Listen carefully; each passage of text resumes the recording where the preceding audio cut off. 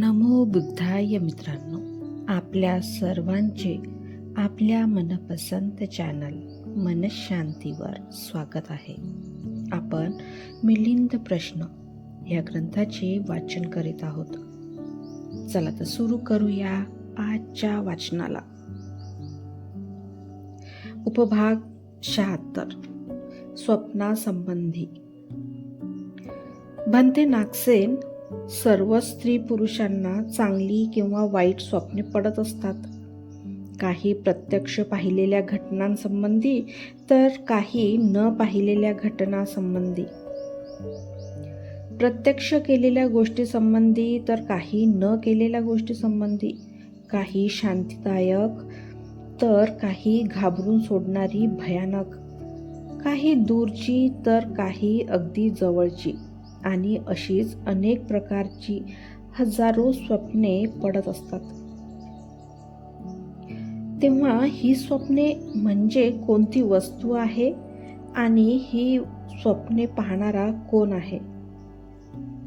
महाराज, ही स्वप्ने म्हणजे चित्तासमोर येणारे एक निमित्त मात्र आहे. महाराज, 6 प्रकारची स्वप्ने पडत असतात. 1. वायू भरल्यामुळे. 2. पित्त प्रकोपामुळे. 3. कफ वृत्तीमुळे. 4. देवतांच्या प्रभावाखाली असल्यामुळे. 5. नेहमी तेच काम करीत असल्यामुळे त्यासंबंधी स्वप्ने पडते. आणि 6.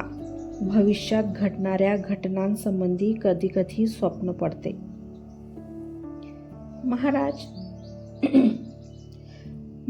या 6 प्रकारच्या स्वप्नांपैकी शेवटचे म्हणजे भविष्यात घडणाऱ्या घटनांसंबंधी पडणारे जे स्वप्न आहे तेच खरे ठरणारे आहे व बाकीची सर्व खोटी असतात. भंते नागसेन, पण भविष्यात घडणाऱ्या घटनेसंबंधी कसे काय स्वप्न पडते? त्याचे चित्त बाहेर जाऊन घडणाऱ्या घटनेसंबंधीची माहिती घेऊन येते की काय? की भविष्यात घडणाऱ्या घटनाच स्वतः त्याच्या चित्तात येत असतात? की कोणी दुसराच येऊन त्याला त्या घटनेसंबंधी सांगून जातो? महाराज, त्याचे चित्त बाहेर जाऊन भविष्यात घडणाऱ्या घटनासंबंधीची माहिती घेऊन येत नाही किंवा दुसरा कोणीही येऊन त्याला ही बातमी सांगून जात नाही, तर भविष्यात घडणाऱ्या घटनाच स्वतः त्याच्या चित्तात येत असतात.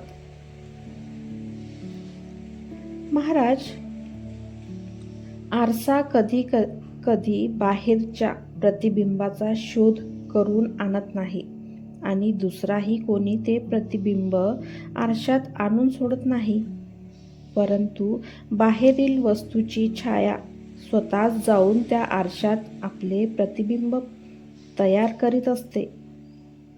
महाराज, याचप्रमाणे भविष्यात घडणाऱ्या घटना स्वतःच त्याच्या चित्तात प्रतिबिंबित होत असतात. भंते नागसेन, जे चित्त स्वप्न पाहते त्याला त्याचे फळ शांतीदायक आहे की भयानक आहे, भयकारक आहे याची जाणीव असते का? महाराज, त्या स्वप्नाचे फळ शांतीप्रद किंवा भयानक आहे याची चित्ताला मुळीच जाणीव नसते, परंतु असे विचित्र स्वप्न पाहून तो दुसऱ्यांना सांगतो आणि दुसरे मग तर्काने त्याचा अर्थ लावतात. भंते नागसेन, फारच छान, पण कृपा करून एखादे उदाहरण देऊन मला समजावून सांगावे. महाराज, एखाद्या माणसाच्या शरीरावर तीळ, मस किंवा दाद होत असतात, तेव्हा त्या तिळाला किंवा त्या दादला हे माहीत असते का की माझे याच्या शरीरावर निर्माण होणे याच्या लाभासाठी आहे की हानीसाठी आहे? कीर्तीसाठी आहे की अपकीर्तीसाठी आहे? स्तुतीसाठी आहे की निंदेसाठी आहे?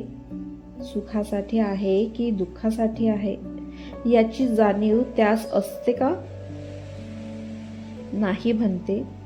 केवळ ज्योतिष जाणणारे लोकच मस असलेल्या स्थानाचे परीक्षण करून त्याचे फळ काय असेल ते सांगतात.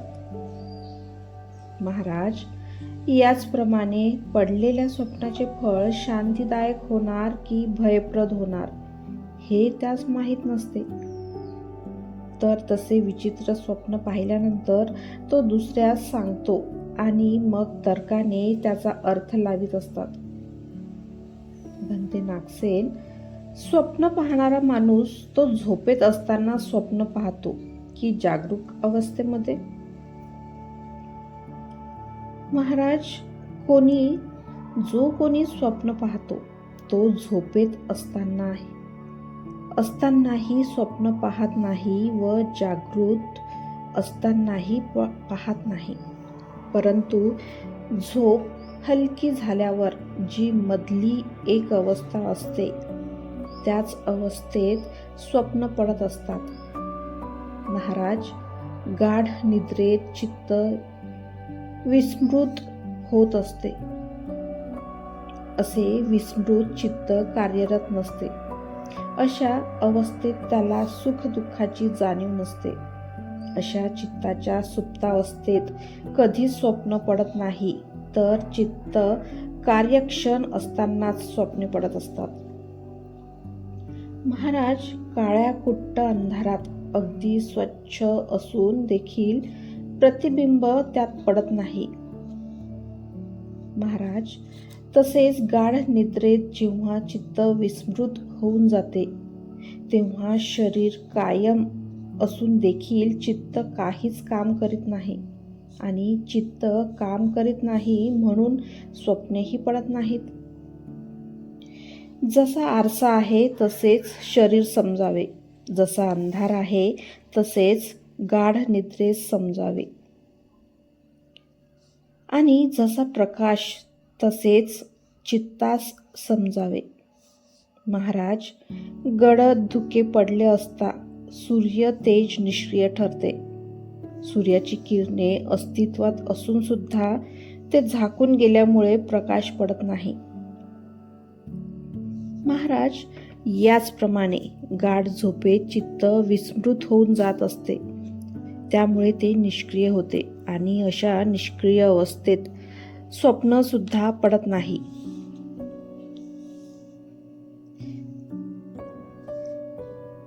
महाराज, जसा सूर्य तसेच शरीर समजावे, जसे धुके तसेच गाढ झोप समजावी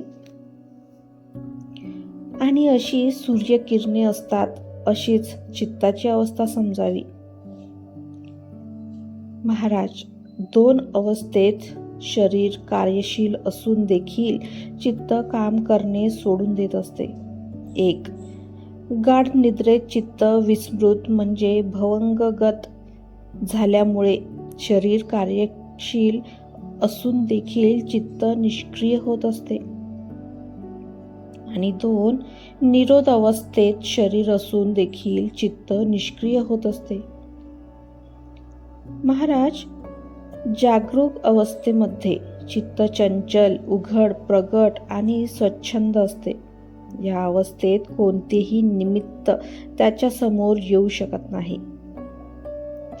महाराज, जसे स्वतःला इतरांच्या दृष्टीपासून लपवून ठेवू इच्छिणारा माणूस सभेमध्ये कोणाच्या तरी आड लपून बसतो, महाराज, तसेच जागृत चित्तापुढे दिव्य अर्थ येऊ शकत नाही. म्हणूनच जागरूक असलेला मनुष्य स्वप्न पाहू शकत नाही. महाराज, ज्याप्रमाणे वाईट मार्गाने उपजीविका करणाऱ्या, दुराचारी, दुष्टाच्या संगतीत राहणाऱ्या, शीलभ्रष्ट, भेकड आणि निरुत्साही भिक्षूंच्या अंगी ज्ञानी लोकांचे सद्गुण येऊ शकत नाही, त्याचप्रमाणे जागृत माणसाच्या मनात दिव्य अर्थ येऊ शकत नाही. म्हणूनच जागृत असलेल्या माणसाला स्वप्न पडू शकत नाही. भंते नागसेन, गाढ निद्रेला सुद्धा आधी, मध्य आणि अंत असतो का? होय महाराज, गाढ निद्रेला सुद्धा आधी, मध्य आणि अंत असतो. तर तिचा आधी काय, मध्य काय आणि अंत काय, म्हणजे शेवट काय? महाराज, शरीर थकलेले व तुटल्यासारखे वाटते, शक्तिहीन वाटते, ढिले पडलेले आणि त्यात त्राण नाही असे वाटते. हीच त्याची आदी अवस्था होय.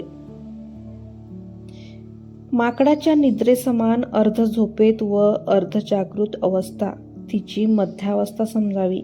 आणि महाराज, स्वतःला एकदमच विसरून जातो, विस्मृत होऊन जातो, तीच अंत्य अवस्था समजावी. महाराज, यातील जी मध्यावस्था आहे त्याच अवस्थेत कधीही स्वप्ने पडत असतात. महाराज, कोणी एक मनुष्य संयमशील, स्वतःला वश करून ठेवणारा, शांत चित्त, धर्मरत, दृढ निश्चयी आहे, तो लोकांच्या कोलाहलापासून फार दूर जंगलात जाऊन अत्यंत गूढ अशा तत्वाचे चिंतन करतो. तेथे तो झोप न घेता ते गूढ तत्व समजून घेण्यासाठी, ते शोधून काढण्यासाठी एकचित्त होऊन एकांतात मग्न राहतो. महाराज, याचप्रमाणे वानराप्रमाणे अर्ध झोपेत तो मनुष्य स्वप्न पाहतो. महाराज, जो लोकांचा कोलाहल आहे तशीच त्याची जागरूक अवस्था समजावी. जसे एकांत जंगल आहे तशीच माकडाची झोप समजावी. कोलाहलापासून दूर जाऊन झोपेला सारून मधल्या अवस्थेमध्ये गहन विचारात मग्न होऊन जाणे, तशाच माकड झोपेत स्वप्न पडत असतात. बरोबर आहे भंते नागसेन, हे तर मी मान्य करतो. मित्रांनो, आजचे वाचन आज आपण इथेच थांबवूया. धन्यवाद. नमो बुद्धाय.